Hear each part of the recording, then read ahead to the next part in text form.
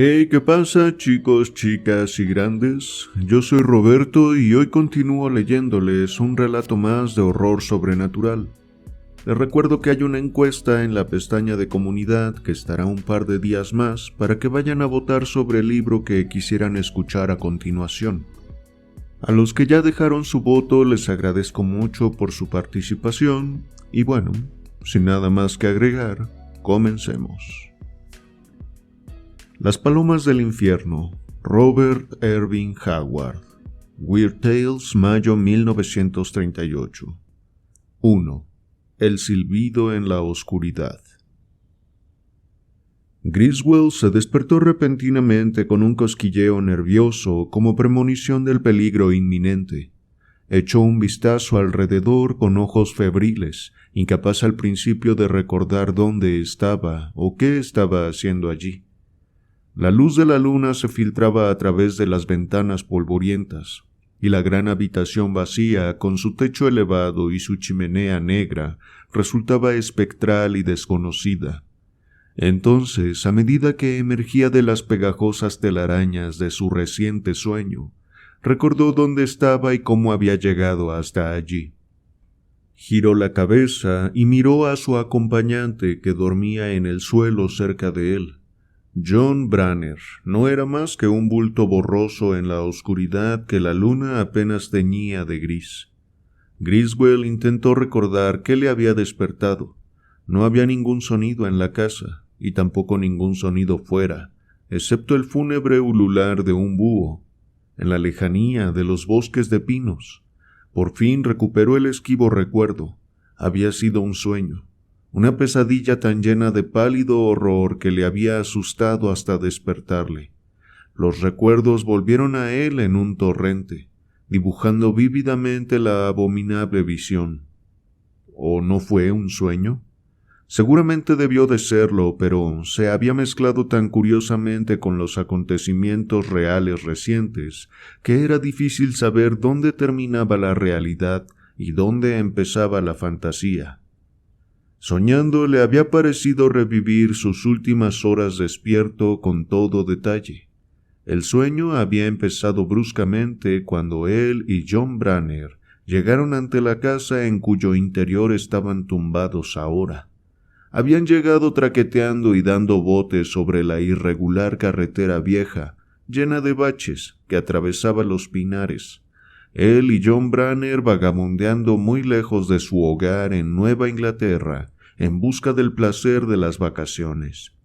Habían visto la vieja casa con sus galerías cubiertas, elevándose en medio de un campo de hierbajos y arbustos, justo cuando el sol se ponía detrás de ella. Les encandiló recortándose negra, profunda y austera contra la muralla baja y coloreada del crepúsculo, y enrejada por los negros pinos. Estaban cansados, hartos de saltar y dar botes todo el día por carreteras de montaña. La vieja casa desierta estimuló su imaginación, evocando el esplendor de antes de la guerra y la decadencia más absoluta. Dejaron el automóvil junto a la carretera llena de baches mientras subían por el tortuoso camino de ladrillos medio deshechos, casi perdido entre la alta maleza. Las palomas se elevaron desde las barandillas en una muchedumbre aleteante y emplumada, y partieron con un estruendo sordo de alas agitándose.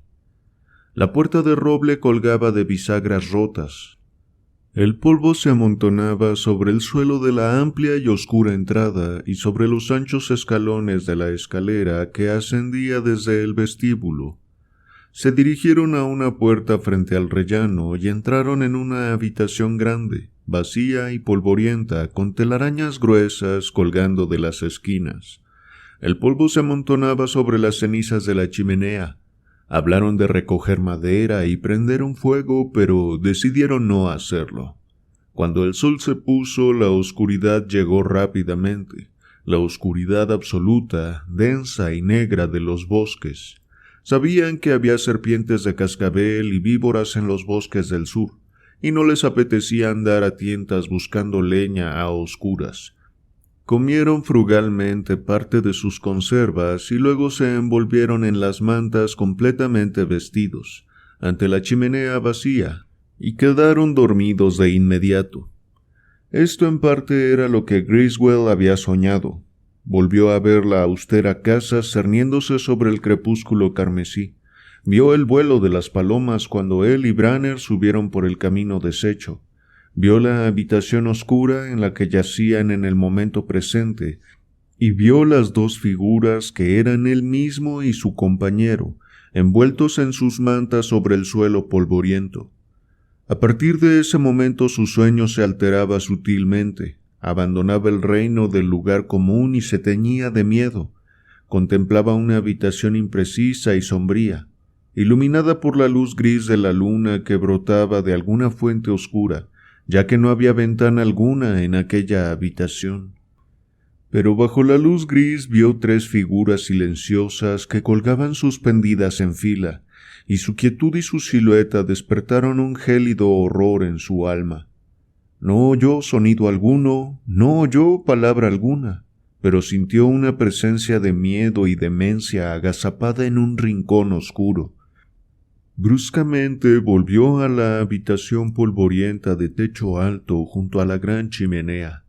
Estaba echado entre sus mantas, mirando tensamente a través de la borrosa puerta y del vestíbulo sombrío, hasta donde un rayo de luz de luna caía sobre la escalera, a unos 7 pasos del rellano.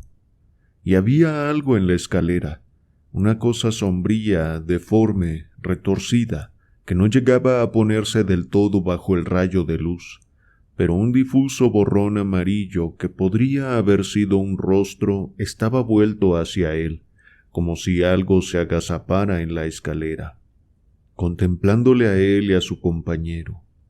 El miedo recorrió sus venas y fue entonces cuando se despertó, si es que realmente había estado dormido. Pestañeó. El rayo de luz de luna caía sobre la escalera tal y como había soñado que lo hacía, pero allí no acechaba ninguna figura. Aún así seguía teniendo la carne de gallina por el temor que el sueño o la visión le habían instigado. Sus piernas temblaban como si hubieran sido sumergidas en agua helada. Hizo un movimiento involuntario para despertar a su compañero cuando un sonido le paralizó. Era el sonido de un silbido en el piso superior. Se elevó escalofriante y dulce sin formar ninguna canción, sino estridente y melodioso.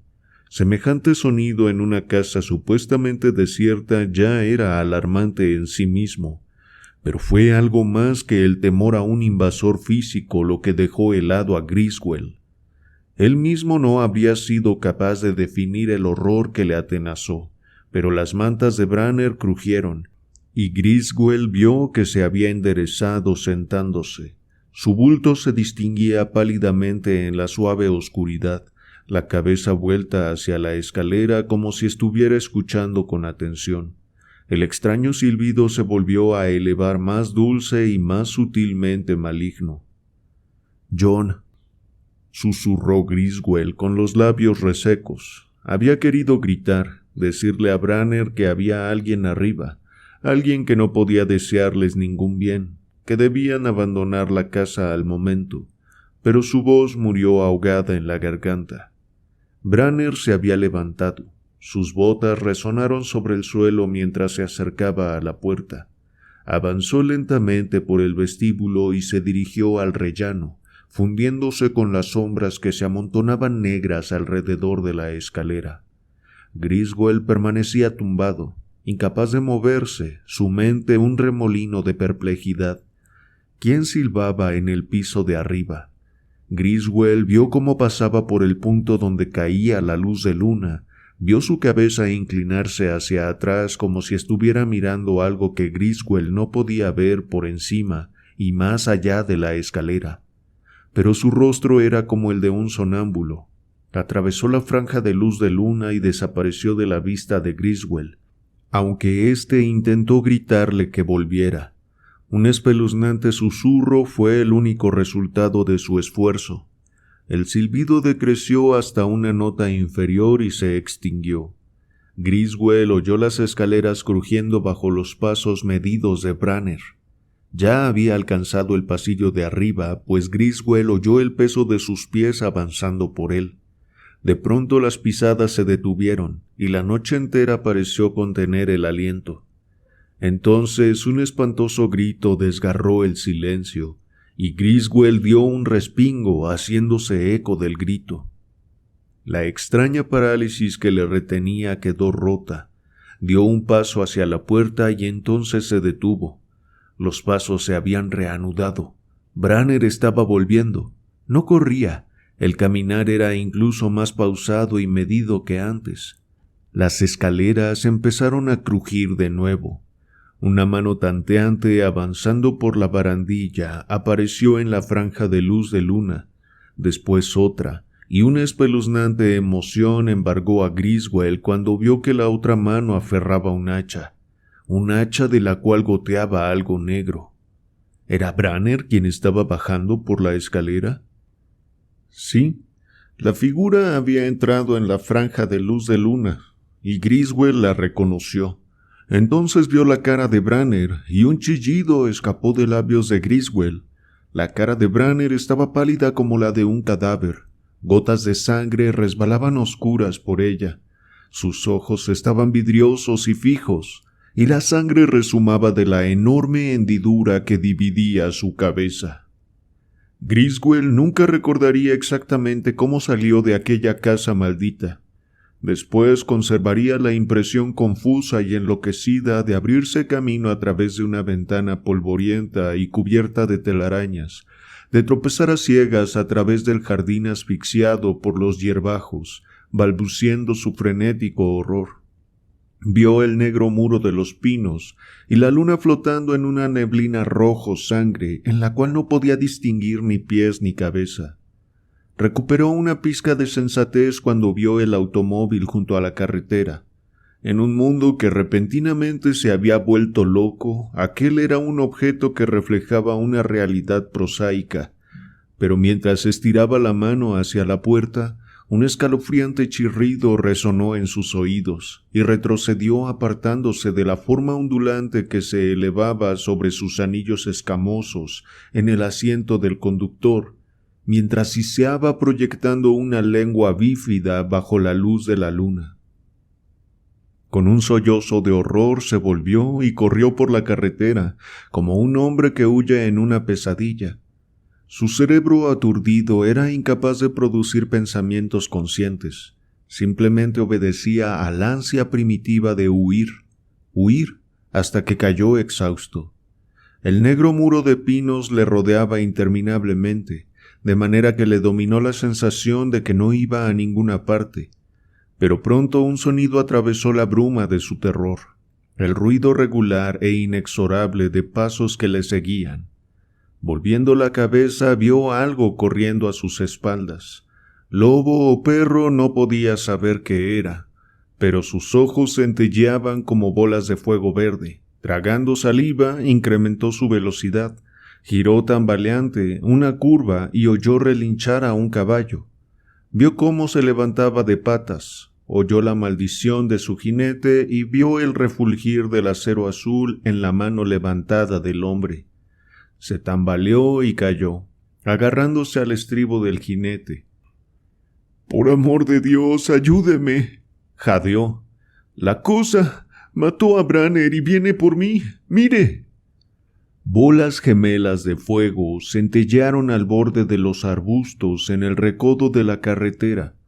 El jinete volvió a lanzar un juramento y pisándole los talones a su blasfemia llegó al atronador estruendo de su revólver una y otra vez.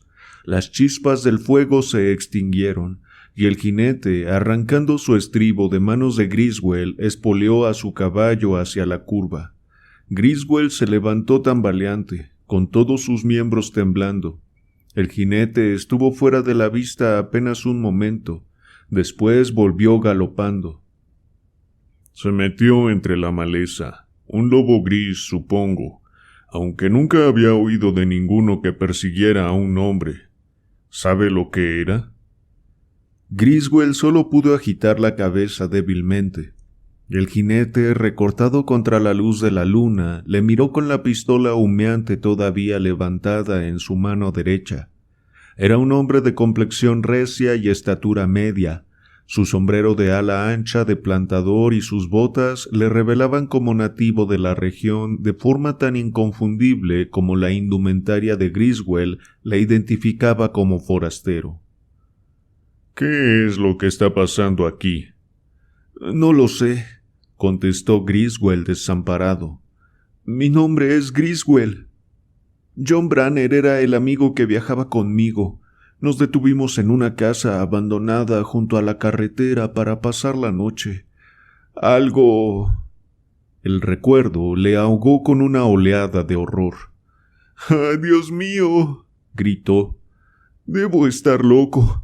Algo vino y miró sobre la barandilla de la escalera. Algo que tenía la cara amarilla. Creí que lo había soñado, pero debió de ser real. Entonces alguien empezó a silbar en el piso de arriba, y Branner se levantó y subió por las escaleras caminando como un hombre dormido o hipnotizado. Le oí gritar, o alguien gritó. Luego bajó por la escalera otra vez con un hacha ensangrentada en la mano. Y Dios mío, estaba muerto. Le habían abierto la cabeza. Vi sus sesos y su sangre coagulada chorreándole por la cara, y su cara era la de un muerto. Pero bajó por las escaleras. Pongo a Dios por testigo de que John Branner fue asesinado en aquel pasillo oscuro del piso de arriba, y después su cadáver bajó por las escaleras con un hacha en la mano, para matarme. El jinete no respondió.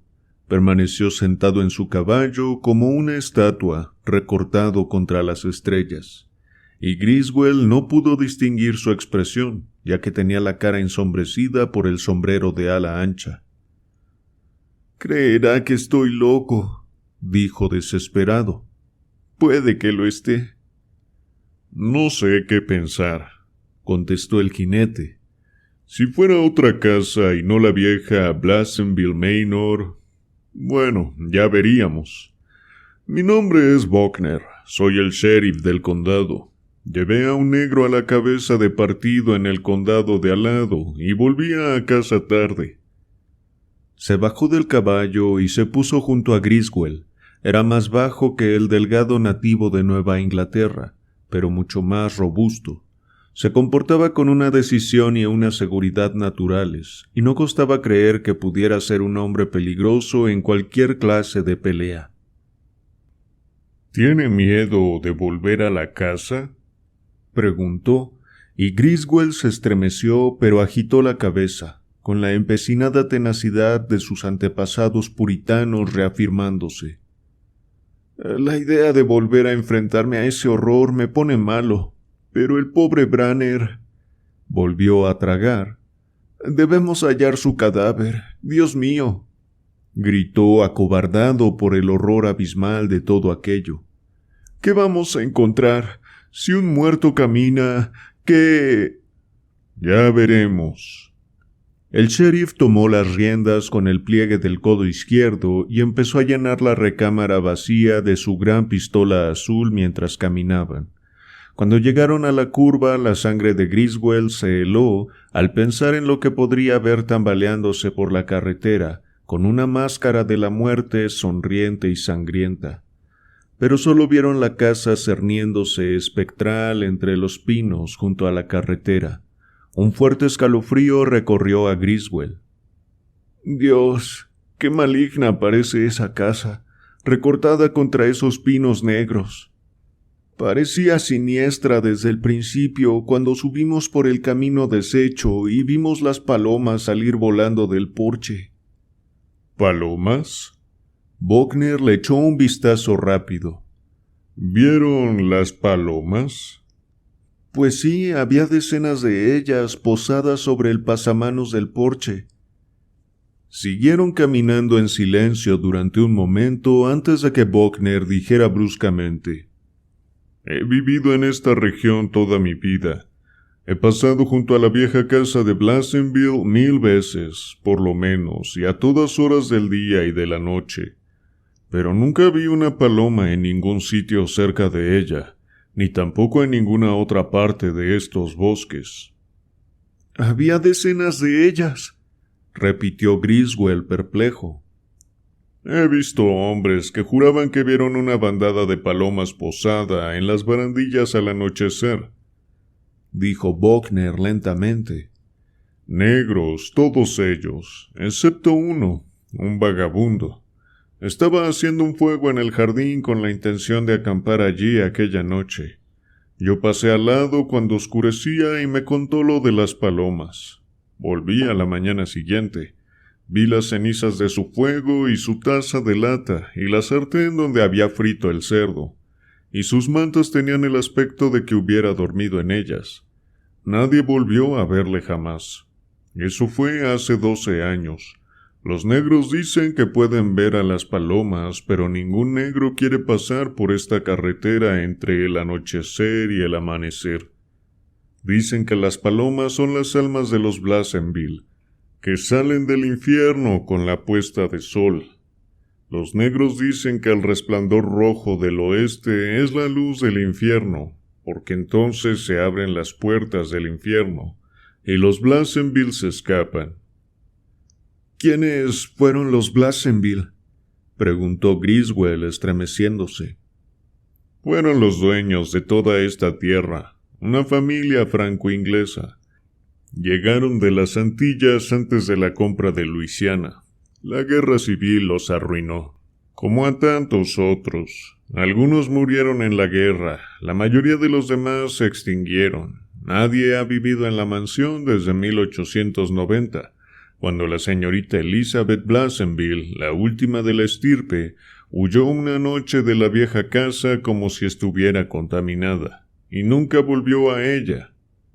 ¿Este es su coche?». Se detuvieron junto al coche y Griswell miró morbosamente la macabra casa. Sus polvorientos ventanales estaban vacíos y negros, pero no le parecían ciegos. Le parecía que unos ojos espeluznantes le miraban fija y hambrientamente a través de aquellos cristales. Buckner repitió su pregunta. «Sí, tenga cuidado. Hay una serpiente en el asiento. ¿O la había?». «Ahora no», gruñó Buckner, atando su caballo y sacando una linterna eléctrica de la bolsa de la silla. «Bueno, echemos un vistazo». Subió por el camino roto con tanta naturalidad como si estuviera haciendo una visita social a unos amigos. Griswell le seguía pisándole los talones, el corazón palpitándole de forma asfixiante. Un olor de putrefacción y de vegetación corrompida llegó en la brisa suave, y Griswell se sintió mareado por la náusea que le producía un frenético aborrecimiento hacia aquellos bosques negros, aquellas antiguas plantaciones que ocultaban secretos olvidados de esclavitud, de orgullo sangriento e intrigas misteriosas. Había imaginado el sur como una tierra soleada y perezosa, bañada por brisas suaves cargadas de especias y cálidas flores, donde la vida discurría tranquila al ritmo del pueblo negro que cantaba en campos de algodón bañados por el sol. Pero ahora había descubierto otro lado que no imaginaba, un lado oscuro, siniestro, dominado por el miedo, y el descubrimiento le repelía. La puerta de roble colgaba como lo había hecho antes. La negrura del interior se veía intensificada por el rayo de luz de Buckner proyectándose contra el quicio. El rayo cortaba la oscuridad del vestíbulo y subía por la escalera, y Griswell contuvo el aliento, apretando los puños, pero ninguna figura inconcebible les miraba sonriente. Buckner entró, caminando ligero como un gato, la linterna en una mano y la pistola en otra. Cuando proyectó la luz en la habitación frente a la escalera, Griswell lanzó un grito y volvió a gritar, casi desmayándose con la intolerable repugnancia que le produjo lo que vio. Un rastro de gotas de sangre cruzaba el piso, atravesando las mantas que Branner había ocupado, que estaban entre la puerta y aquellas en las que Griswell se había echado. y las mantas de Griswold tenían un terrible ocupante. John Branner estaba allí, con la cara hacia abajo, su cabeza abierta, expuesta con despiadada claridad bajo la firme luz. Su mano estirada todavía agarraba el mango de una hacha, y la hoja estaba profundamente hundida en la manta y el suelo de debajo, justo donde había estado la cabeza de Griswold cuando durmió allí. Una momentánea oleada de negrura envolvió a Griswold. No fue consciente de que se tambaleara ni de que Buckner le sujetase. Cuando pudo volver a ver y a oír, se sintió terriblemente mareado y apoyó la cabeza contra la chimenea, vomitando con grandes espasmos. Buckner dirigió la luz de lleno hacia él, haciéndole parpadear. La voz de Buckner llegó desde detrás de la cegadora radiación, sin que pudiera ver al hombre. Griswold me ha contado una historia que cuesta creer. Vi que algo le perseguía, pero bien pudo ser un lobo o un perro rabioso. Si se está callando algo, más le vale soltarlo. Lo que me ha contado no se sostendrá ante un tribunal. Le van a acusar de matar a su compañero. Tendré que arrestarle. Si me cuenta la verdad ahora, será mejor. Bueno, ¿acaso no mató a este tipo, Branner?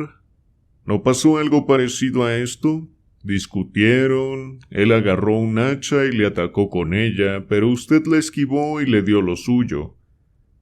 Griswold se desmoronó y ocultó la cara entre las manos, la cabeza dándole vueltas.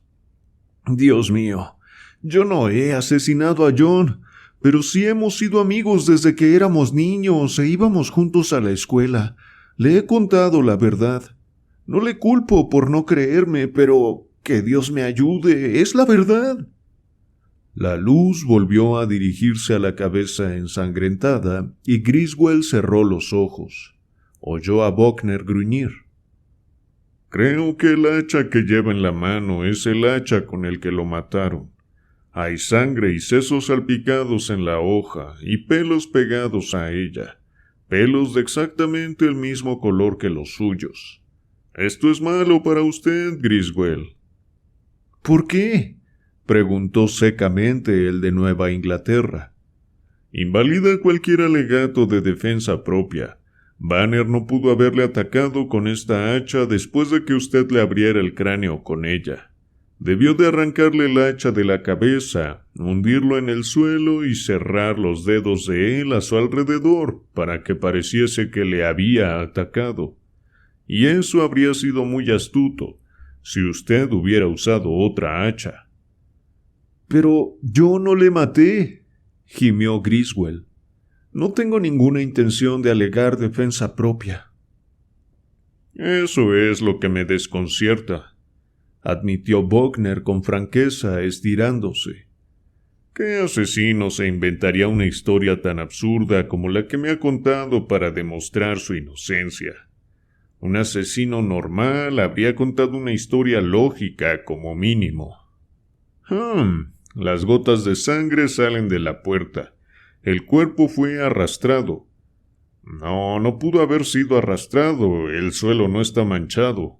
Debió de cargar con él hasta aquí, después de matarle en algún otro sitio. Pero en ese caso, ¿por qué no tiene sangre en la ropa? Por supuesto, pudo cambiarse de ropa y lavarse las manos, pero este tipo no lleva muerto mucho tiempo.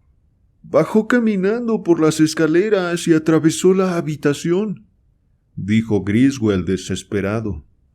Vino a matarme, sabía que iba a matarme cuando le vi bajar dando tumbos por la escalera. Descargó el golpe donde yo debería haber estado. Si no me hubiese despertado... Esa ventana, yo salté por ella, verá que está rota. Lo veo, pero si vino caminando antes, ¿por qué no camina ahora? No lo sé. Estoy demasiado mareado para pensar con claridad. Me da miedo que se levante del suelo y vuelva otra vez a por mí. Cuando oí a ese lobo corriendo por la carretera detrás de mí, pensé que era John persiguiéndome. John, que corría a través de la noche con su hacha y su cabeza ensangrentada, y con su sonrisa mortal. Sus dientes castañetearon mientras revivía ese horror. Buckner dejó que su luz correteara por el suelo. Las gotas de sangre conducen al vestíbulo. Vamos, las seguiremos. Griswold se encogió. Van al piso de arriba. Los ojos de Buckner le miraban fijamente. ¿Tiene miedo de subir conmigo? Griswold tenía la cara gris. Sí, pero voy a subir, con usted o sin usted. La cosa que mató al pobre John podría seguir escondida allí. Permanezca detrás de mí, ordenó Buckner. Si algo nos ataca, yo me ocuparé de ello, pero por su propio bien. Le advierto que disparo más rápido de lo que salta un gato, y no suelo fallar. Si se le pasa por la cabeza la idea de atacarme por detrás, olvídelo. No sea estúpido. El resentimiento se sobrepuso a su aprensión, y este estallido pareció tranquilizar a Buckner más que cualquiera de sus declaraciones de inocencia. Quiero ser justo, dijo tranquilamente. En mi mente todavía no le he acusado y condenado. Si la mitad de lo que me ha contado es verdad, ha vivido una experiencia infernal, y no quiero ser demasiado duro con usted. Pero puede imaginarse lo mucho que me cuesta creer todo lo que me ha contado. Griswold hizo un gesto silencioso para que abriera el camino.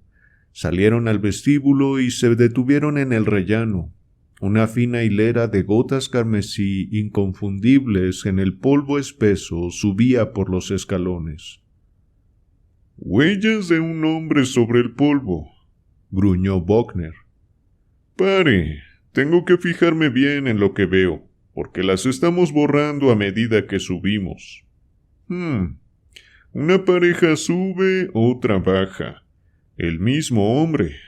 No son sus huellas. Branner era más grande que usted. Gotas de sangre todo el camino. Sangre en el pasamanos como si un hombre le hubiera puesto encima la mano ensangrentada. Una mancha de algo que parecen sesos. ¿Pero qué? Bajó por la escalera estando muerto. Se estremeció Griswold, tanteando con una mano y con la otra agarrando el hacha que le mató. «O lo llevaron», murmuró el sheriff. «Pero si alguien cargó con él, ¿dónde están las huellas?» Desembocaron en el pasillo superior, un enorme y vacío espacio de polvo y sombras donde las ventanas cubiertas por la costra del tiempo repelían la luz de la luna y el anillo de la linterna de Buckner parecía inadecuado. Griswold temblaba como una hoja. Aquí, en medio de la oscuridad y el horror, John Branner había muerto. «Alguien silbó aquí arriba», murmuró. «John vino como si le estuvieran llamando». Los ojos de Buckner centellearon extrañamente bajo la luz. «Las pisadas bajan hacia el vestíbulo», murmuró. «Igual que en la escalera, una pareja viene, otra va. Las mismas huellas. Por Judas». Detrás de él, Griswold sofocó un grito, pues había visto lo que había provocado la exclamación de Buckner. A unos pies del inicio de la escalera, las huellas de Branner se detenían bruscamente y luego regresaban, casi pisando las otras huellas.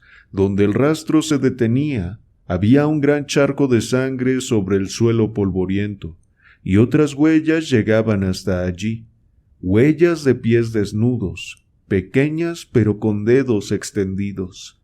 Estas también retrocedían en una segunda línea que se alejaba del sitio.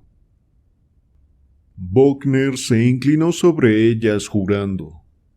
«Las huellas se encuentran, y donde se encuentran hay sangre y sesos sobre el suelo. Branner debió de morir en ese sitio con un golpe de hacha». Los pies desnudos salen de la oscuridad para encontrarse con los pies calzados, y luego ambos se alejan de nuevo.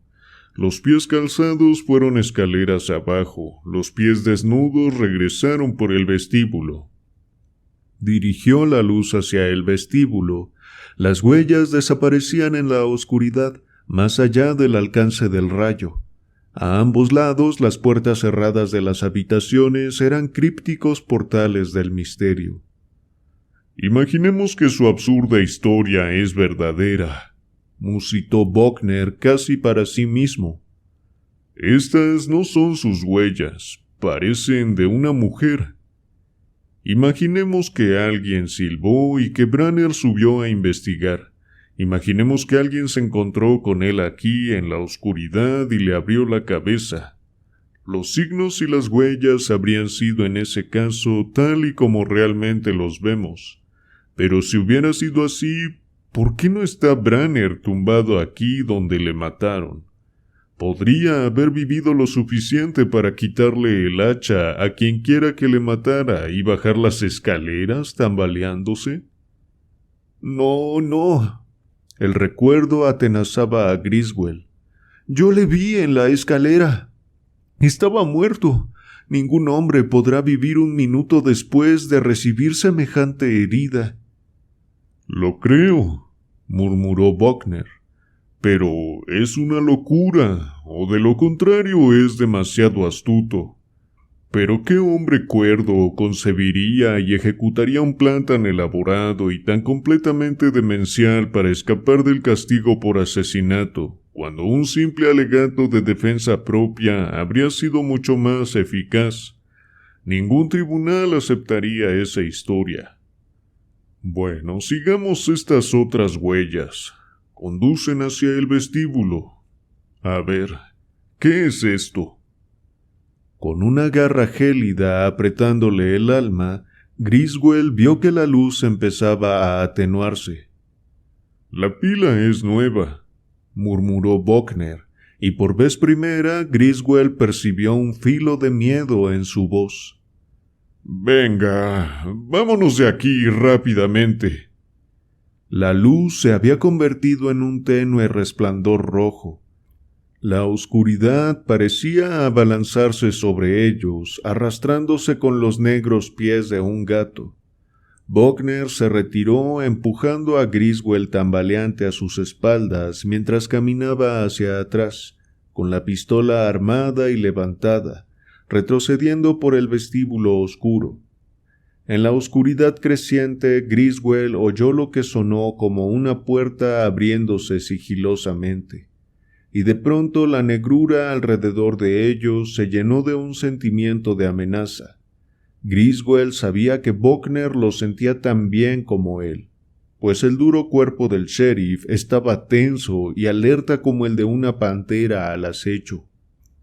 Sin prisa alguna se abrió camino hasta la escalera y descendió por ella, con Griswold precediéndole y combatiendo el pánico que le impulsaba a chillar y estallar en una huida enloquecida. Un pensamiento espeluznante provocó un sudor gélido sobre su piel. Imaginó que el muerto estuviera subiendo la escalera a sus espaldas, en la oscuridad, con el rostro congelado en la sonrisa mortal, y el hacha pringosa de sangre levantada para golpear. Esta posibilidad le abrumó de tal manera que apenas fue consciente cuando sus pies llegaron al nivel del vestíbulo inferior, y solo entonces se dio cuenta de que la luz se había ido haciendo más brillante a medida que descendían, hasta que ahora lucía en todo su esplendor. Pero cuando Buckner la volvió a proyectar hacia la parte superior de la escalera, no consiguió iluminar la oscuridad que colgaba como una niebla tangible en lo alto de la escalera. «Esa maldita cosa ha salido de un conjuro», murmuró Buckner. «No pudo ser otra cosa. No podría comportarse así de forma natural». «Enfoque la luz hacia la habitación», suplicó Griswold. «Compruebe que John sigue...» No pudo expresar el espeluznante pensamiento con palabras, pero Buckner lo entendió. Hizo girar el rayo, y Griswold nunca había imaginado que la visión del cuerpo ensangrentado de un hombre asesinado pudiera proporcionarle tanto alivio. «Sigue ahí», gruñó Buckner. «Si es que caminó después de que le mataran, no ha vuelto a hacerlo. Pero esa cosa...» Una vez más dirigió la luz hacia lo alto de la escalera y se mordió el labio frunciendo el ceño. Por 3 veces hizo ademán de levantar el arma. Griswold le leyó el pensamiento. El sheriff se sentía tentado de precipitarse escalera arriba y arriesgarse contra lo desconocido, pero el sentido común le retenía. «No tendría ninguna posibilidad a oscuras», murmuró, «y me da en la nariz que la luz volverá a apagarse».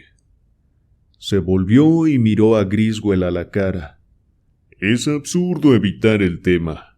Hay algo infernal en esta casa, y creo que tengo la sospecha de qué es. No creo que usted matara a Branner.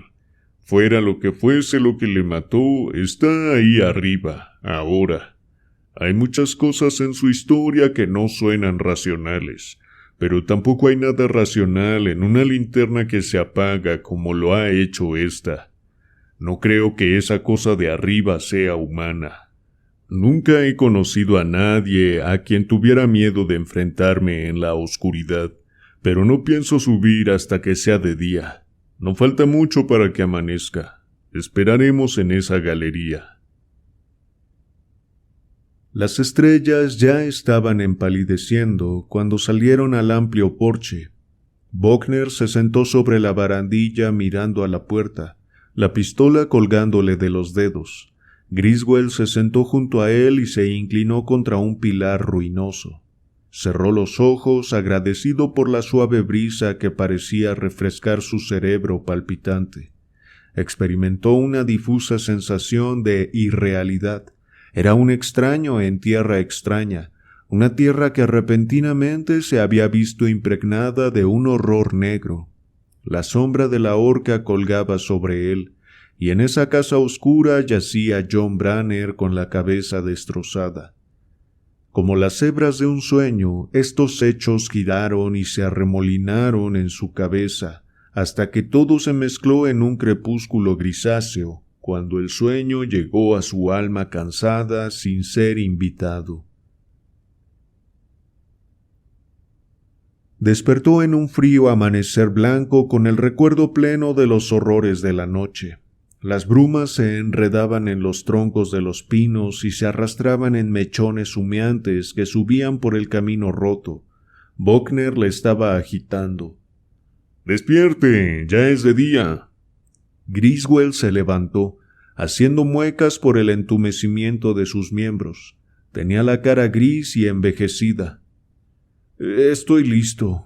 Vamos arriba». «Yo ya he estado». Los ojos de Buckner centelleaban en la primera hora del alba. «No le desperté. Subí tan pronto como hubo luz. No encontré nada». «Las huellas de los pies desnudos...» «Desaparecidas». ¿Desaparecidas? Sí, desaparecidas. El polvo estaba revuelto por todo el vestíbulo, a partir del sitio donde acababan las huellas de Branner. Estaba barrido hacia las esquinas. Ahora es imposible seguir ningún rastro allí arriba. Algo borró esas huellas mientras estábamos aquí sentados, y yo no oí ningún ruido. He registrado la casa entera, ni rastro de nada». Griswold se estremeció al imaginarse durmiendo solo en el porche mientras Buckner realizaba su exploración. «¿Qué vamos a hacer?», preguntó lánguidamente. «Con las huellas desaparecidas, desaparece mi única posibilidad de demostrar mi historia». «Llevaremos el cuerpo de Branner a la cabeza del condado», contestó Buckner. «Deje que hable yo. Si las autoridades conocieran los hechos tal y como se han presentado, insistirían en que fuera encerrado y acusado. No creo que usted matara a Branner, pero ningún fiscal de distrito, ningún juez y ningún jurado creería lo que me ha contado o lo que nos ha ocurrido esta noche. Me ocuparé de esto a mi manera. No voy a arrestarle hasta que haya agotado todas las posibilidades. No diga nada de lo ocurrido aquí cuando volvamos a la ciudad. Al fiscal del distrito le diré sencillamente que John Branner fue asesinado por un culpable o culpables desconocidos, y que estoy trabajando en el caso. ¿Está dispuesto a volver conmigo a esta casa y pasar la noche aquí durmiendo en aquella habitación, tal y como usted y Branner durmieron anoche? Griswold se quedó blanco, pero respondió tan resueltamente como sus antepasados podrían haber expresado su decisión de defender sus cabañas de las garras de los pecuotes. «Lo haré». «Entonces vamos, ayúdeme a cargar el cuerpo en su auto». El alma de Griswold se revolvió ante la imagen del rostro sin vida de John Branner bajo el frío amanecer blanco y ante el tacto de su carne húmeda. La niebla gris envolvía con delgados tentáculos sus pies mientras llevaban su macabra carga a través del jardín.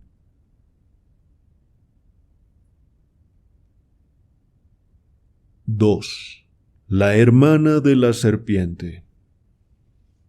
Una vez más, las sombras se alargaban sobre los pinares, y una vez más 2 hombres llegaron dando botes por la vieja carretera en un coche con matrícula de Nueva Inglaterra.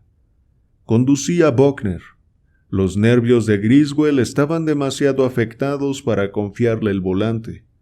Tenía un aspecto demacrado y ojeroso, y su rostro seguía estando pálido.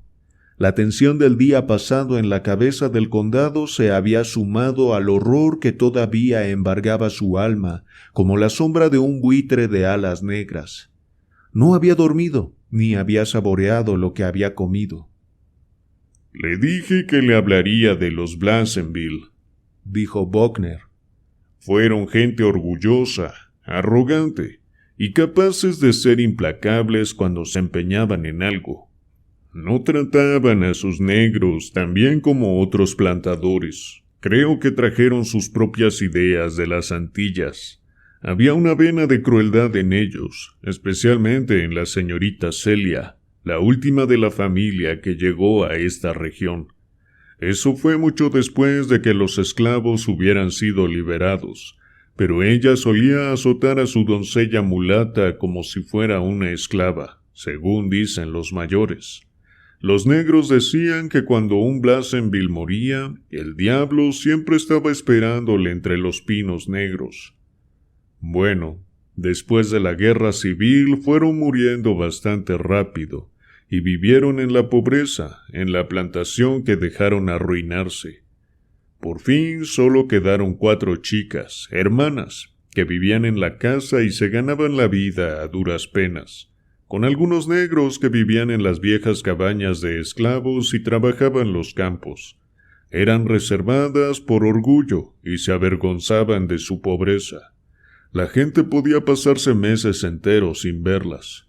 Cuando necesitaban suministros enviaban a un negro a la ciudad para conseguirlos. Pero la gente sí se enteró cuando la señorita Celia llegó para vivir con ellas. Vino de algún lugar de las Antillas donde toda la familia había tenido sus raíces. Dicen que era una mujer exquisita y bellísima de 30 y pocos años, pero no se relacionaba con la gente más de lo que lo hacían las chicas. Se trajo consigo una doncella mulata, y la crueldad de los Blassenville afloró en el trato que daba a esta doncella. Conocí a un viejo negro, hace años, que juró que vio a la señorita Celia atar a esta muchacha a un árbol, completamente desnuda, y azotarla con una fusta de caballo. A nadie le sorprendió que desapareciera. Todo el mundo pensó que había huido, por supuesto. Bueno, Un día de la primavera de 1890, la señorita Elizabeth, la más joven de las muchachas, fue a la ciudad por primera vez en puede que un año. Fue a buscar víveres. Dijo que todos los negros habían abandonado la casa. También habló algo más. Estaba un poco alterada. Dijo que la señorita Celia se había ido sin decir nada. Dijo que sus hermanas creían que había vuelto a las Antillas, pero ella creía que su tía seguía en la casa. No explicó qué quería decir. Se limitó a recoger sus víveres y a volverse a la mansión. Pasó un mes y llegó un negro a la ciudad que dijo que la señorita Elizabeth estaba viviendo sola en la mansión. Dijo que sus 3 hermanas ya no estaban allí, que se habían marchado una tras otra sin dar ninguna explicación ni dejar ninguna nota. No sabía a dónde habían ido y tenía miedo de quedarse allí sola, pero no sabía a dónde ir. No conocía otra cosa que la mansión, y no tenía parientes ni amigos, pero tenía un miedo atroz a algo. El negro dijo que por la noche se encerraba en su cuarto y tenía las velas encendidas hasta el alba. Fue una noche tormentosa de primavera, cuando la señorita Elizabeth irrumpió en la ciudad, montada sobre el único caballo que poseía, casi muerta de miedo. Se cayó del caballo en la plaza. Cuando pudo hablar, dijo que había encontrado una habitación secreta en la mansión que había permanecido olvidada durante 100 años, y dijo que allí había encontrado a sus 3 hermanas, muertas y colgadas del techo por el cuello. Dijo que algo la persiguió, y casi le abrió la cabeza con un hacha mientras salía corriendo por la puerta delantera. Pero el caso es que había conseguido subirse al caballo y alejarse. Estaba casi enloquecida de miedo, y no sabía qué era lo que la había perseguido. Dijo que parecía una mujer con la cara amarilla. Cerca de 100 hombres se presentaron allí al momento. Registraron la casa de arriba abajo, pero no encontraron ninguna habitación secreta, ni los restos de las hermanas. Pero sí encontraron un hacha clavada en el quicio de la puerta de abajo con algunos pelos de la señorita Elizabeth pegados, tal como ella había dicho. No quiso volver para enseñarles cómo encontrar la puerta secreta. Casi se volvió loca cuando se lo sugirieron. Cuando estuvo en condiciones de viajar, la gente reunió algo de dinero y se lo prestó. Todavía tenía demasiado orgullo para aceptar la caridad, y se marchó a California. No volvió nunca, pero más tarde se supo, cuando devolvió el dinero que le habían prestado, que se había casado allí. Nadie compró jamás la casa. Se quedó tal y como ella la dejó, y a medida que fueron pasando los años, la gente le fue robando los muebles. Los pobres blancos de la zona, supongo. A un negro no se le habría ocurrido, pero venían después de que hubiera salido el sol y se marchaban antes de que se pusiera. ¿Qué pensó la gente de la historia de la señorita Elizabeth?, preguntó Griswold. Bueno, la mayoría de la gente pensó que se había vuelto un poco loca de vivir sola en la casa, pero algunos creyeron que aquella chica mulata, Joan, no huyó en realidad. Creían que se había escondido en los bosques y que había saciado su odio hacia los Blasenville asesinando a la señorita Celia y las 3 muchachas. Peinaron los bosques con sabuesos, pero no encontraron ni rastro de ella. Si había una habitación secreta en la casa, puede que se hubiera escondido allí, si es que había algo de realidad en esa teoría. Podría haber permanecido escondida allí todos estos años, murmuró Griswold. En cualquier caso, la cosa que hay en la casa ahora no es humana. Buckner giró el volante y siguió una débil pista que abandonaba la carretera principal y serpenteaba entre los pinos. ¿A dónde va? Hay un viejo negro que vive a unas millas, por aquí cerca. Quiero hablar con él. Nos enfrentamos a algo que exige más de lo que puede ofrecer la razón del hombre blanco. Los negros saben más que nosotros sobre algunas cosas. Este viejo tiene casi 100 años. Su amo le educó cuando era un muchacho, y después de que le liberasen viajó más de lo que viajan la mayoría de los blancos. Dicen que es un hombre vudú. Griswold se estremeció al oír la expresión, mirando incómodo las paredes verdes del bosque que los rodeaba. El aroma de los pinos se mezclaba con los olores de las plantas y las flores desconocidas, pero por debajo de todo subyacía un hedor de putrefacción y decadencia. Una vez más, un enfermizo aborrecimiento hacia estos bosques misteriosos estuvo a punto de abrumarle. «¿Vudú?», murmuró. «Lo había olvidado. Nunca he podido pensar en la magia negra en relación con el sur.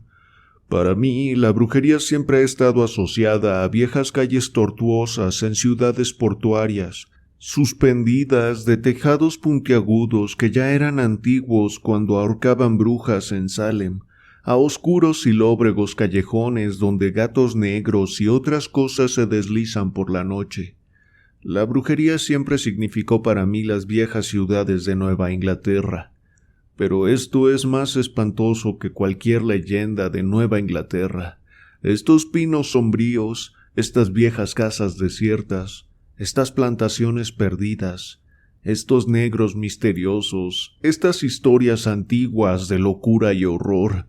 Dios, qué espantosos y antiguos terrores hay en este continente que los necios llaman nuevo. Aquí está la cabaña del viejo Jacob, anunció Buckner deteniendo el automóvil. Griswold vio un claro y una pequeña choza achaparrada bajo las sombras de los enormes árboles. Allí los pinos dejaban paso a los robles y los cipreses, con su barba de moho gris, y detrás de la cabaña estaba el borde de un pantano que se extendía bajo la penumbra de los árboles, ahogado por la alta vegetación. Una fina espiral de humo azul se elevaba de la chimenea de leño y barro. Siguió a Buckner hasta la pequeña terraza, donde el sheriff abrió la puerta con bisagras de piel y entró. Griswold pestañeó ante la relativa penumbra del interior. Una única y pequeña ventana dejaba entrar algo de luz. Un viejo negro se acuclillaba junto al fuego, vigilando un caso de estofado que había sobre las llamas. Alzó la mirada cuando entraron, pero no se levantó. Parecía increíblemente viejo. Su rostro era una masa de arrugas y sus ojos oscuros y vitales a veces parecían velados como si su mente divagase. Buckner indicó a Griswold que se sentara en una silla con asiento de mimbre, y él mismo ocupó un burdo banco cercano a la hoguera frente al viejo. «Jacob», dijo directamente, «ha llegado la hora de que hables. Sé que conoces el secreto de Blassenville Manor. Nunca te he preguntado al respecto porque no era asunto mío. Pero anoche fue asesinado allí un hombre, y el hombre aquí presente podría ser ahorcado por ello, a menos que tú me digas qué acecha en la vieja casa de los Blassenville». Los ojos del viejo centellearon y luego se volvieron brumosos como si las nubes de la edad extrema cruzaran su frágil mente. «¿Los Blassenville?», murmuró, y su voz era melodiosa y profunda. Su habla no era la jerga de los morenos de los pinares. «Eran gente orgullosa, señores, orgullosa y cruel. Algunos murieron en la guerra. Otros murieron en duelos, los hombres. Algunos murieron en la mansión, la vieja mansión». Su voz se desvaneció en murmullos ininteligibles. «¿Qué sabes de la mansión?», preguntó Buckner con paciencia. «La señorita Celia era la más orgullosa de todos», murmuró el viejo. «La más orgullosa y la más cruel. Los negros la odiaban. Joan más que nadie. Joan tenía sangre blanca y también era orgullosa. La señorita Celia la azotaba como a una esclava. ¿Cuál es el secreto de Blasenville Manor?, persistió Buckner.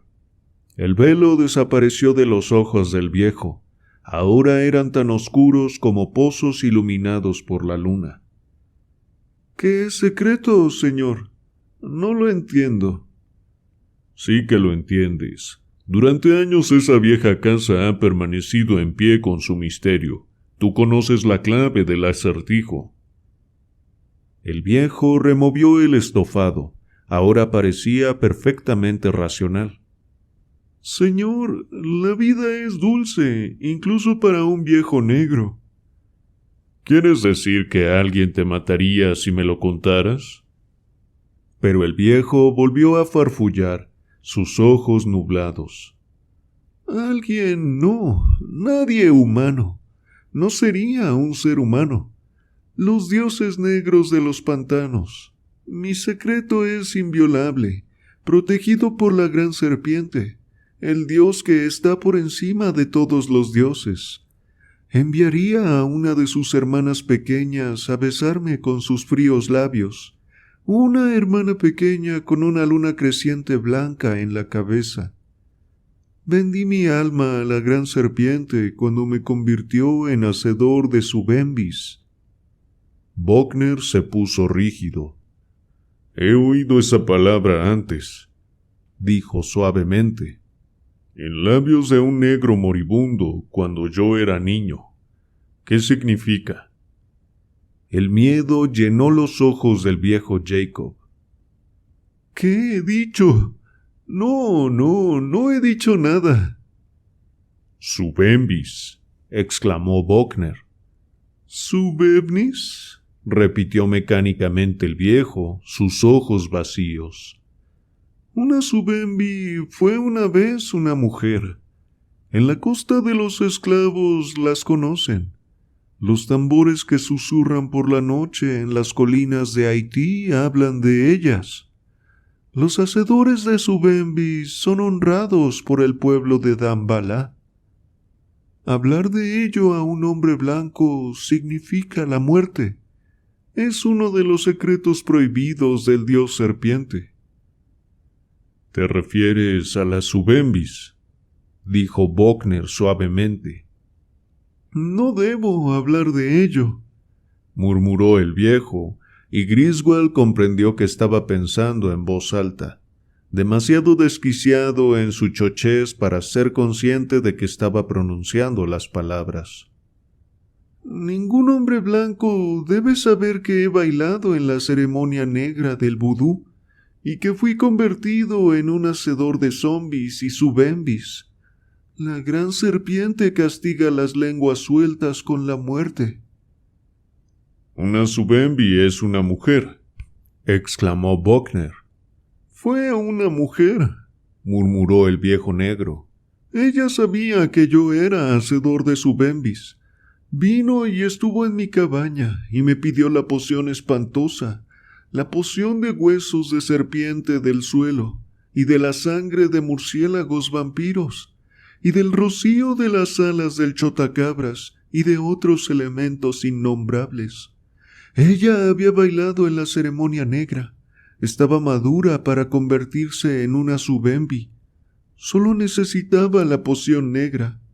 La otra era hermosa. No pude rehusar.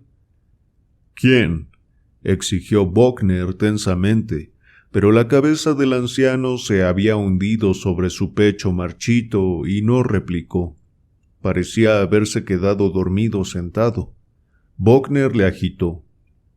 Diste una poción para convertir a una mujer en una subembi. ¿Qué es una subembi? El viejo se removió resentido y murmuró soñoliento.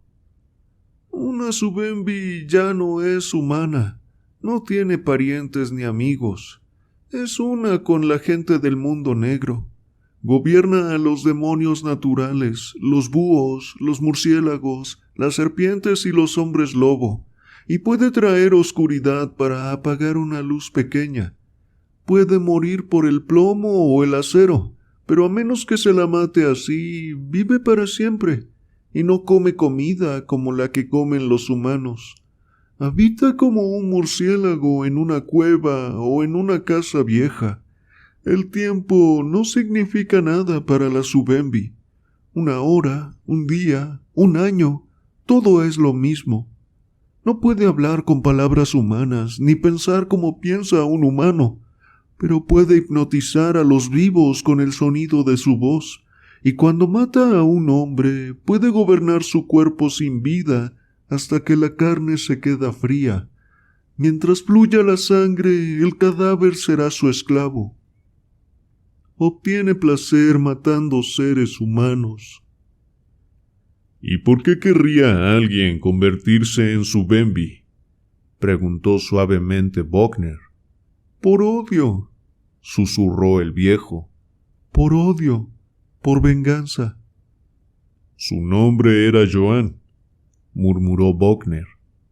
Fue como si el nombre atravesara la niebla de la senilidad que ofuscaba la mente del hombre vudú. Se sacudió y el velo cayó de sus ojos, dejándolos duros y resplandecientes como el mármol negro cuando está húmedo.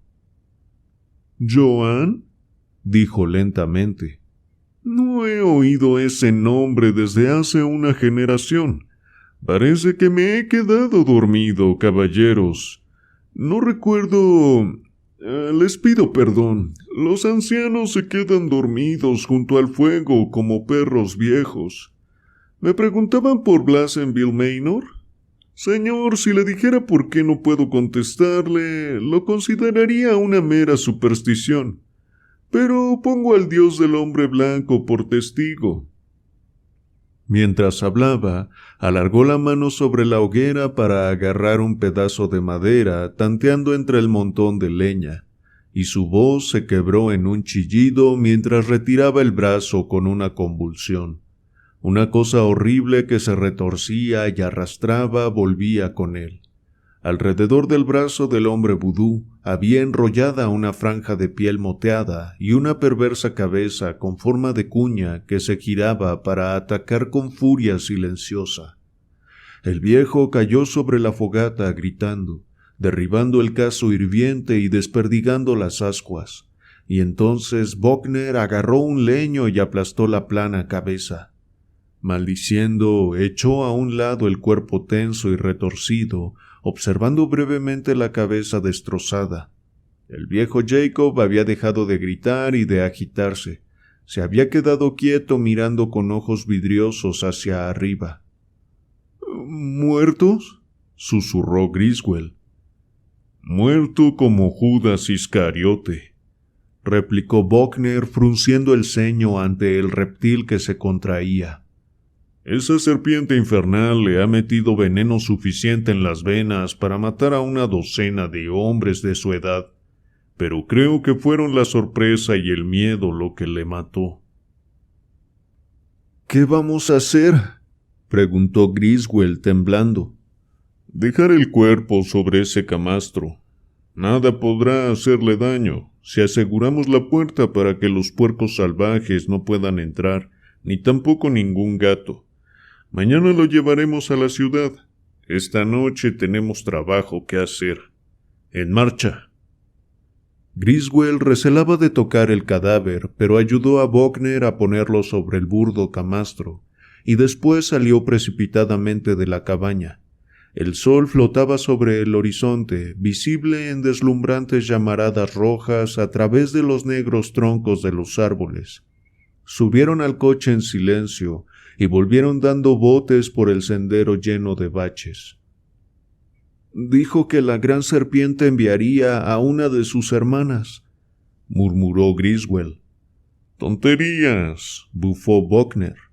A las serpientes les gusta el calor y el pantano está lleno de ellas. Se metió arrastrándose y se enroscó entre la madera. El viejo Jacob la molestó y le mordió. No hay nada sobrenatural en eso. Después de un corto silencio, dijo con voz distinta: Esta ha sido la primera vez que he visto a una serpiente de cascabel atacar sin aviso, y la primera vez que he visto una serpiente con una luna creciente blanca en la cabeza. Estaban entrando en la carretera principal antes de que ninguno de los dos volviera a hablar. ¿Cree que la mulata Joan lleva todos estos años acechando en la casa?, preguntó Griswold. Ya ha oído lo que dijo Jacob, contestó Buckner hoscamente. El tiempo no significa nada para una Subembi. Mientras doblaban la última curva del camino, Griswold se preparó para la visión de Pleasantville Manor, cerniéndose contra el ocaso rojo. Cuando apareció a la vista, se mordió el labio para no gritar. El presentimiento de un horror críptico volvió a dominarle con toda su fuerza. «Mire», susurró con labios resecos cuando se detuvieron junto a la carretera. Buckner gruñó. De las barandillas de la galería se elevó una nube de palomas que se perdieron en el ocaso, negras contra el rojo resplandor. 3. La llamada de la Subembi. Ambos hombres permanecieron rígidamente sentados durante algunos momentos después de que las palomas se hubieran marchado. «Bueno, por fin las he visto», murmuró Buckner. «Puede que solo los condenados las vean», susurró Griswold. «Aquel vagabundo las vio». «Bueno, ya veremos», repuso el sureño tranquilamente mientras salía del coche, pero Griswold notó que inconscientemente adelantaba su arma enfundada. La puerta de roble colgaba de bisagras rotas, sus pies reverberaron sobre el camino de ladrillos partidos. Las ventanas ciegas reflejaban el atardecer en láminas de llamas. Mientras se acercaban al amplio vestíbulo, Griswold vio la hilera de marcas negras que recorría el piso y llegaba hasta la habitación, señalando el camino de un hombre muerto. Buckner había sacado unas mantas del automóvil. Las extendió ante la chimenea. «Me echaré junto a la puerta», dijo. «Usted túmbese donde lo hizo anoche». «¿Encendemos un fuego en el hogar?», preguntó Griswold, temiendo la idea de la negrura que envolvería los bosques cuando el breve crepúsculo se hubiera extinto. «No, usted tiene una linterna y yo también. Nos tumbaremos en la oscuridad y veremos qué pasa. ¿Sabe utilizar el arma que le di?» «Supongo que sí. Nunca he disparado un revólver, pero sé cómo se hace». «Bueno, déjeme disparar a mí si es posible». El sheriff se sentó con las piernas cruzadas sobre sus mantas y vació el cilindro de su gran Colt azul, inspeccionando cada cartucho con ojo crítico antes de sustituirlo. Griswold merodeaba dando vueltas nervioso, temiendo el lento extinguirse de la luz como un avaro teme que se agote su oro. Se apoyó con una mano en la repisa de la chimenea, mirando las cenizas cubiertas de polvo. El fuego que produjo esas cenizas debió de haber sido encendido por Elizabeth Pleasantville hacía mucho más de 40 años. La idea era deprimente. Ociosamente removió las cenizas polvorientas con la punta del pie. Algo salió a la vista entre los restos calcinados. Un pedazo de papel manchado y amarillento. Todavía sin ningún interés especial se inclinó y lo sacó de las cenizas. Era una libreta con mohosas tapas de cartón. «¿Qué ha encontrado?», preguntó Buckner echando un vistazo al resplandeciente cañón de su arma. «Nada más que una vieja libreta. Parece un diario.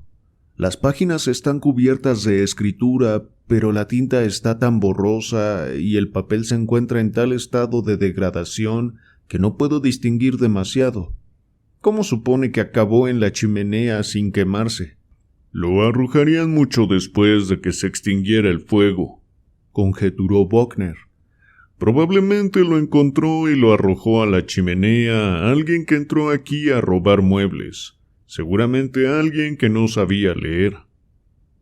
Griswold pasó las hojas quebradizas con indiferencia, forzando la vista bajo la luz menguante para distinguir los amarillentos garabatos.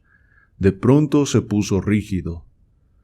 «Aquí hay una entrada legible. Escuche», leyó. «Sé que hay alguien en la casa aparte de mí.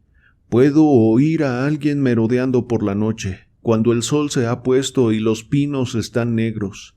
A menudo en la noche oigo cómo tantea mi puerta. ¿Quién es? ¿Es una de mis hermanas? ¿Es la tía Celia?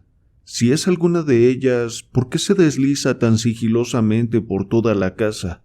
¿Por qué tira de mi puerta y se escabulle cuando la llamo? No me atrevo. Tengo miedo. Oh, Dios, ¿qué voy a hacer? No me atrevo a quedarme aquí, pero ¿a dónde voy a ir?»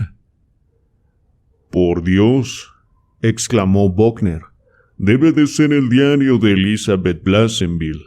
Continúe». «No distingo el resto de la página», contestó Griswold, «pero unas páginas más adelante puedo entender algunas líneas». Leyó. «¿Por qué huyeron todos los negros cuando la tía Celia desapareció? Mis hermanas han muerto. Sé que han muerto. Es como si tuviera la sensación de que murieron horriblemente, con miedo y sufrimiento. ¿Pero por qué? ¿Por qué?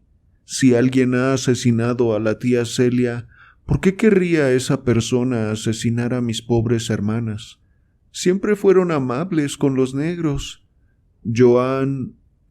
Se detuvo, frunciendo el ceño fútilmente. «Han arrancado un pedazo de la página. Aquí hay otra entrada bajo otra fecha. Al menos creo que es una fecha. No puedo asegurarlo. ¿La cosa horrible a la que aludía la vieja negra?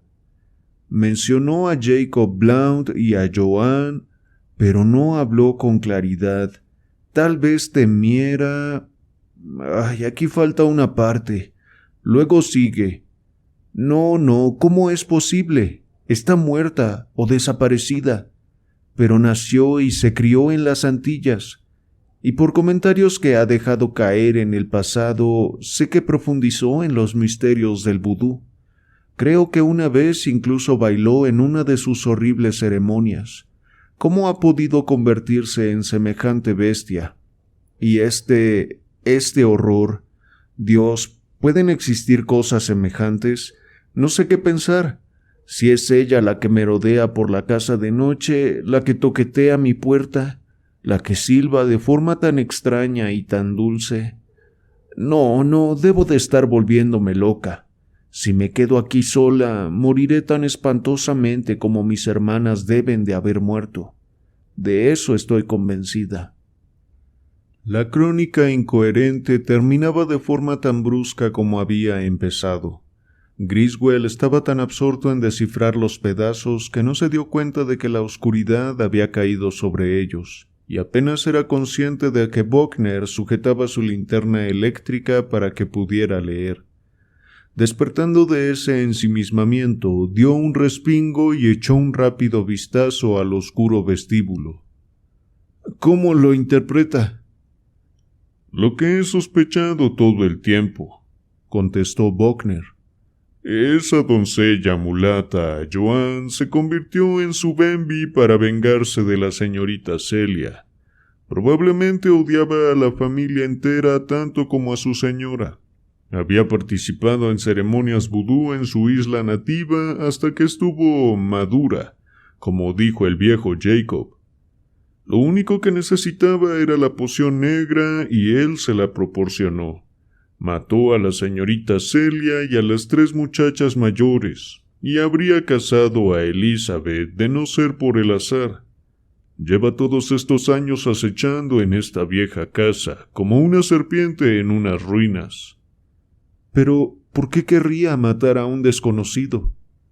«Ya oyó lo que dijo el viejo Jacob», recordó Buckner. «Una Subembi encuentra satisfacción en la matanza de humanos. Atrajo a Branner a subir la escalera, le abrió la cabeza y le hundió el hacha en los sesos y le envió abajo para asesinarle a usted. Ningún tribunal creerá jamás eso, pero si podemos entregar su cuerpo, será prueba suficiente para demostrar su inocencia. Aceptarán mi palabra de que ella asesinó a Branner. Jacob dijo que se podía matar a una Subembi. Al informar de este suceso no hace falta que sea demasiado preciso en los detalles. Vino a mirarnos desde la barandilla de la escalera, murmuró Griswold. Pero, ¿por qué no encontramos sus huellas en la escalera? Puede que lo soñara. Puede que una Subembi pueda proyectar su espíritu. Infiernos. ¿Por qué intentamos racionalizar algo que está fuera de los límites de lo racional? Empecemos la guardia. No apague la luz, exclamó Griswold involuntariamente. Después añadió: Por supuesto, apáguela. Tenemos que permanecer en la oscuridad como... Titubeó un momento.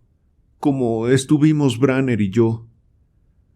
Pero cuando la habitación quedó sumida en la oscuridad, el miedo le acometió como un malestar físico. Temblaba tumbado y su corazón latía tan fuerte que tenía la sensación de ahogarse. Las Antillas deben de ser un foco de infección del mundo, murmuró Buckner, convertido en un borrón entre sus mantas. He oído hablar de zombies. No sabía lo que era una Subembi. Evidentemente alguna droga cocinada por los hombres vudú para inducir la locura en las mujeres. Claro que eso no explica las otras cosas, los poderes hipnóticos, la longevidad anormal, la capacidad de controlar cadáveres. No, una Subembi no puede ser simplemente una mujer loca. Es un monstruo, algo superior y a la vez inferior a un ser humano, creado por la magia que se engendra en negros pantanos y junglas. Bueno, ya veremos. Su voz cesó y en el silencio Griswold oyó el latido de su propio corazón. Fuera, en los bosques negros, un lobo aulló escalofriantemente y los búhos ulularon. Después, el silencio cayó de nuevo como una niebla negra. Griswold se obligó a permanecer inmóvil entre sus mantas. El tiempo pareció detenerse. Sentía como si se estuviera ahogando. La tensión se estaba volviendo insoportable. El esfuerzo que hizo para controlar sus agotados nervios hizo que sus miembros se bañaran en sudor. Apretó los dientes hasta que las mandíbulas le dolieron y casi se quedaron enganchadas, y las uñas de sus dedos se hundieron profundamente en sus palmas. No sabía lo que esperaba. El demonio atacaría de nuevo. ¿Pero cómo? ¿Sería un horrible y dulce silbido? ¿Serían pies desnudos deslizándose por los escalones crujientes?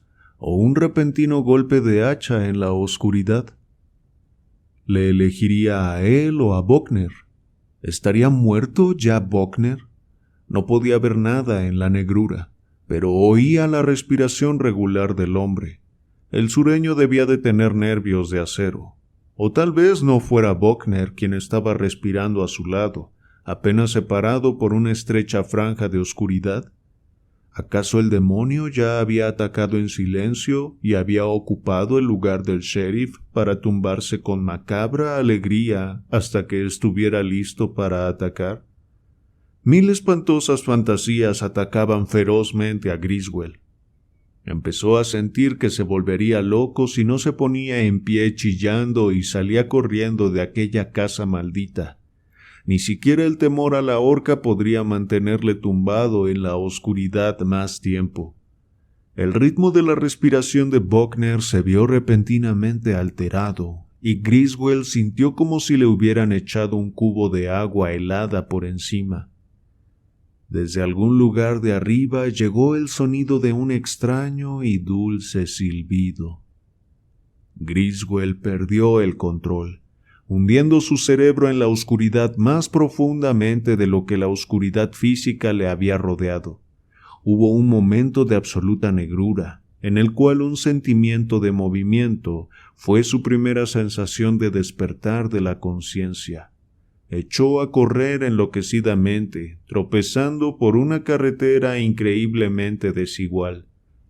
Todo lo que tenía alrededor era oscuridad y corría a ciegas. Comprendió vagamente que debía de haber escapado de la casa y había corrido durante lo que tal vez fueran millas antes de que su extenuado cerebro empezara a funcionar. No le importaba.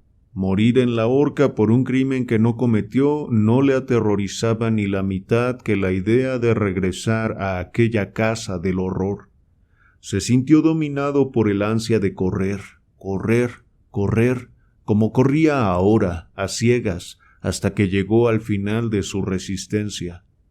La niebla todavía no se había disipado en su cerebro, pero era consciente de un sombrío prodigio. No podía ver las estrellas a través de las ramas negras. Deseó vagamente poder ver a dónde iba. Creía que debía de estar subiendo una colina, y eso era extraño porque sabía que no había colinas en millas alrededor de la mansión. Entonces, por encima y por delante de él percibió un pálido fulgor. Avanzó dando tumbos hacia él, pasando por encima de las sombras con forma de cornisa que cada vez más adquirían una inquietante simetría.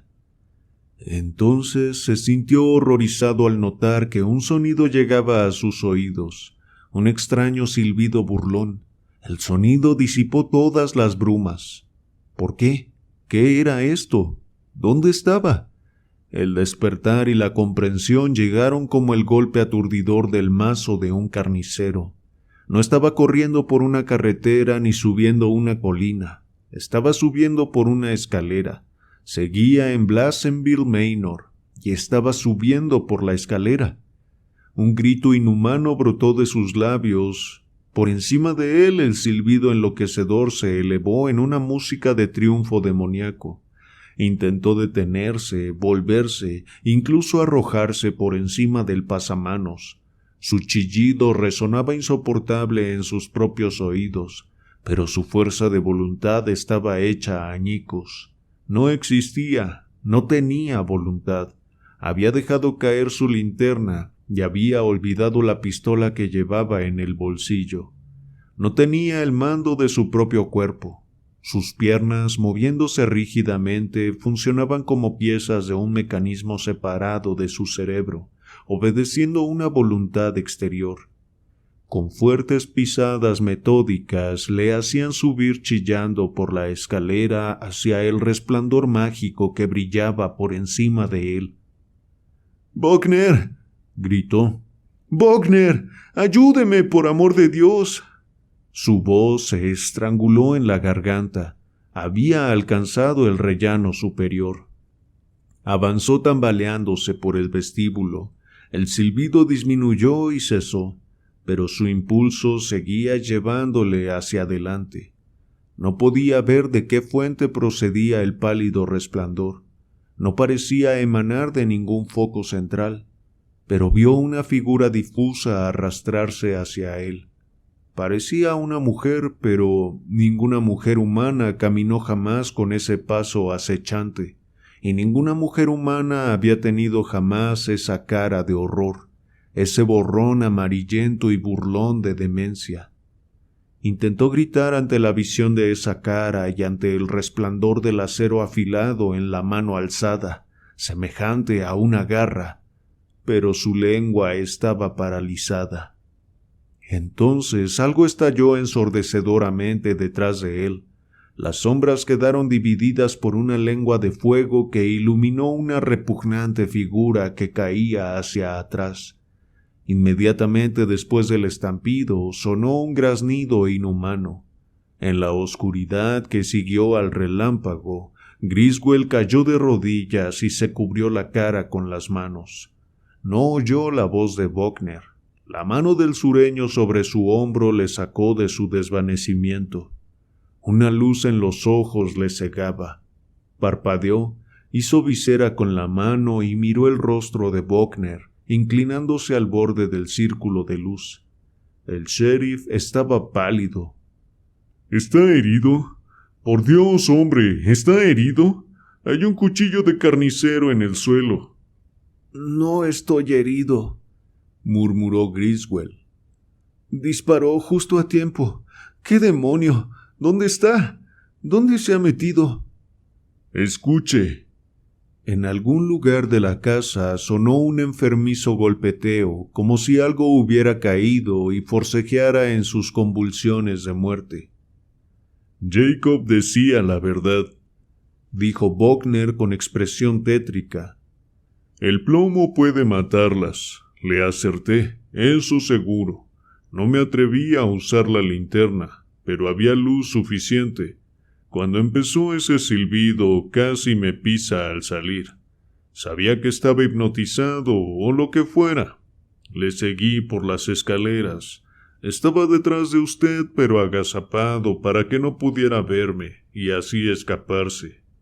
Casi espero demasiado antes de disparar, pero al verla estuve a punto de quedarme paralizado. ¡Mire! Proyectó su luz por el vestíbulo. Ahora brillaba fuerte y clara. Iluminó una abertura en la pared donde antes no había ninguna puerta. «El panel secreto que encontró la señorita Elizabeth», exclamó Buckner. «Vamos». Atravesó corriendo el vestíbulo y Griswold le siguió aturdido. El golpeteo había llegado desde detrás de la puerta misteriosa y ahora los sonidos habían cesado. La luz reveló un pasillo estrecho como un túnel que evidentemente recorría una de las paredes gruesas. Buckner se zambulló en él sin dudarlo. «Tal vez no pudiera pensar como un ser humano», murmuró proyectando su luz por delante. «pero tuvo suficiente sentido común para borrar sus huellas anoche, de forma que no pudiéramos seguirla hasta ese punto de la pared y descubrir el panel secreto. Hay una habitación delante, la habitación secreta de los Blassenville». Y Griswold exclamó: «Dios mío, es la habitación sin ventanas que vi en mi sueño, con los 3 cuerpos colgando. ¡Ah!». La luz de Buckner, que recorría la estancia circular, quedó inmóvil de pronto. En el amplio anillo de luz aparecieron 3 figuras, 3 formas resecas, arrugadas, semejantes a momias, todavía vestidas con las vestiduras mohosas del siglo pasado. Sus zapatillas estaban separadas del suelo, pues colgaban por los marchitos cuellos, de cadenas suspendidas del techo. «Las 3 hermanas Blassenville», murmuró Buckner. «Al final la señorita Elizabeth no estaba loca». «Mire». Griswold apenas pudo hacer su voz inteligible. «Allí, en aquel rincón». La luz se movió y se detuvo. «¿Esa cosa fue una mujer?», susurró Griswold. «Dios, mire qué cara, incluso en la muerte. Mire esas manos como zarpas, como garras negras, como las de una bestia. Sí, fue humana, incluso lleva los harapos de un viejo vestido de baile. ¿Por qué llevaría semejante vestido una doncella mulata?». «Esta ha sido su madriguera durante más de 40 años», murmuró Buckner, meditando sobre la cosa sonriente y espeluznante que estaba tirada en el rincón. «Esto le exculpa, Griswold. Una loca con un hacha. Eso es todo lo que necesitan saber las autoridades. Dios, qué venganza, qué atroz venganza.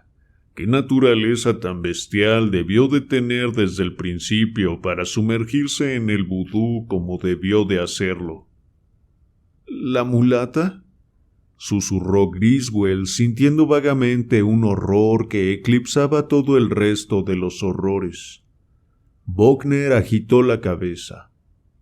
«Malinterpretamos los desvaríos del viejo Jacob y las cosas que escribió la señorita Elizabeth.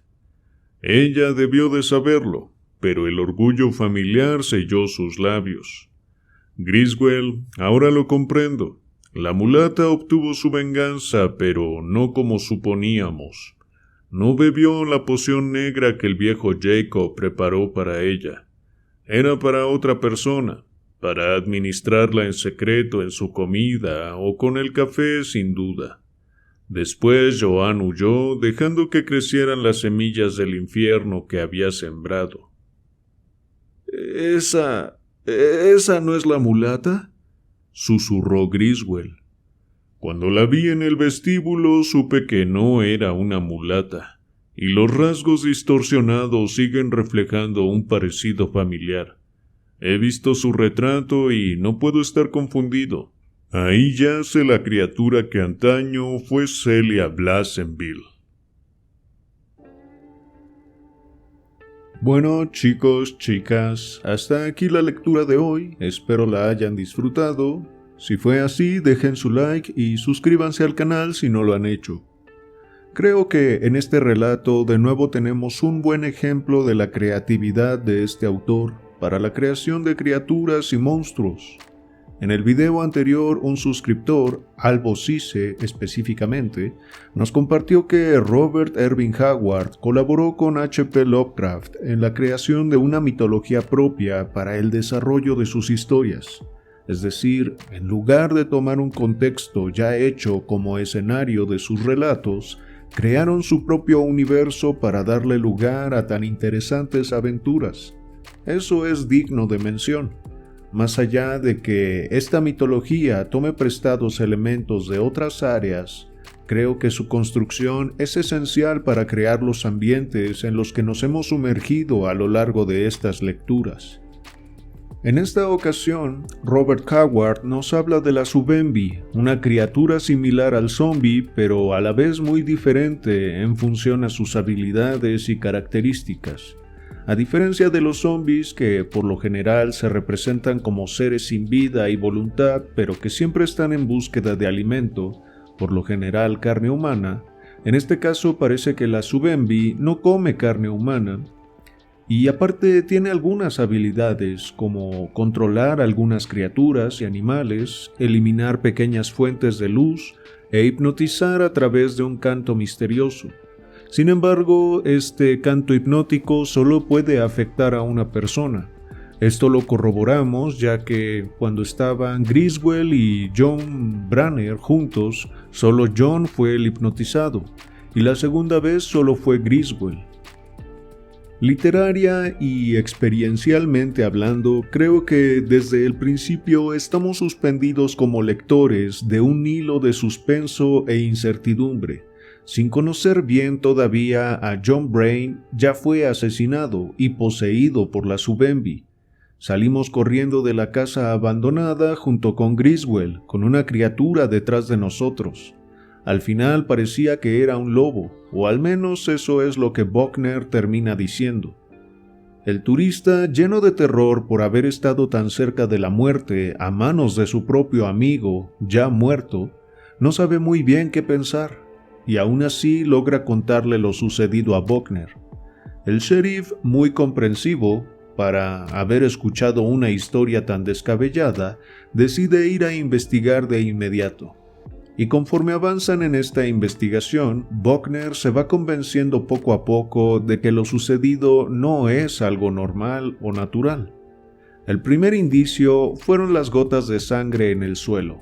No podían haber quedado de esa manera, si es que Griswell hubiera asesinado a Branner. Luego las huellas de Branner que subían y bajaban, sin rastro de las pisadas de nadie más. Lo concluyente fueron las huellas de unos pies femeninos descalzos y la lámpara fallando en cierto punto de la estancia.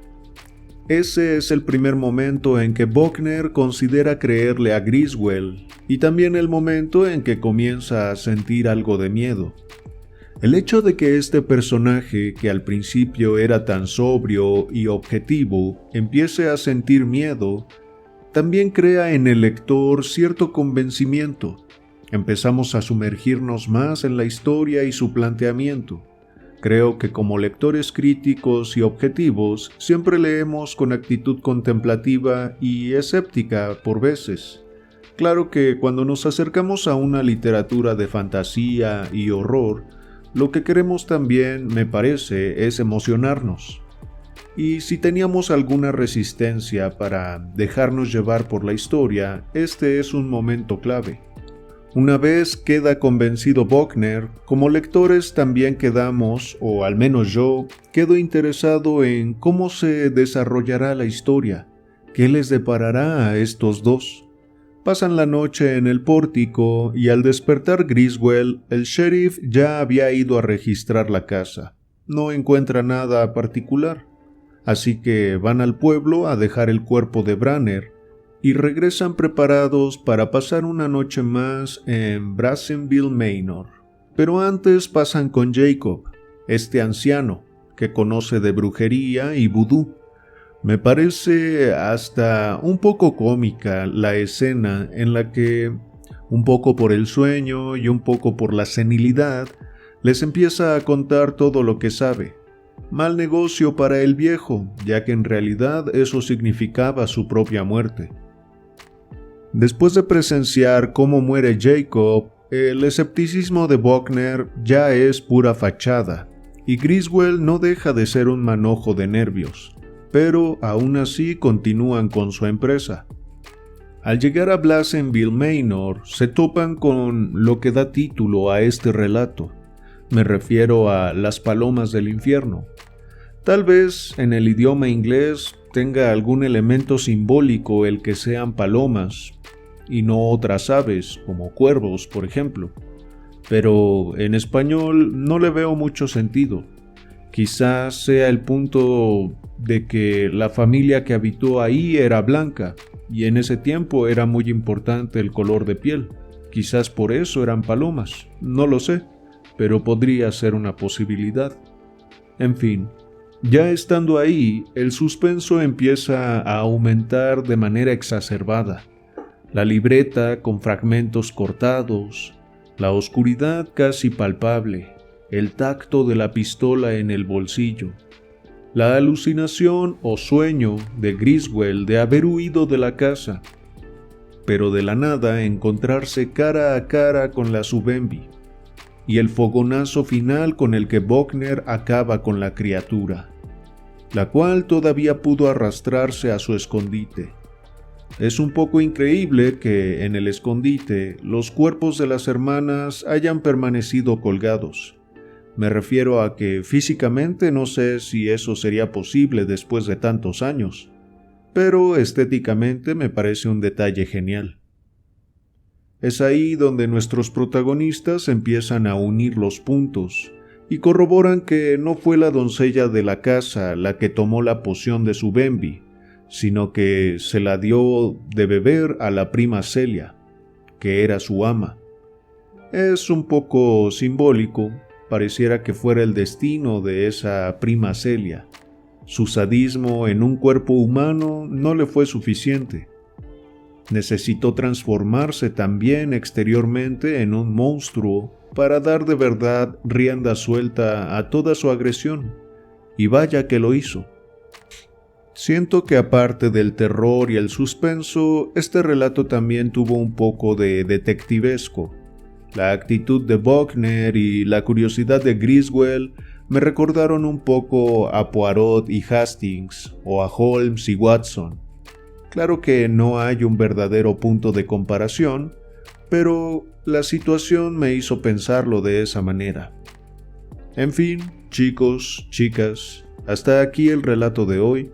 Solo restan 2 cuentos más que subiré en un solo video, y después de eso empezamos con el libro ganador de la encuesta, que por cierto aún sigue activa.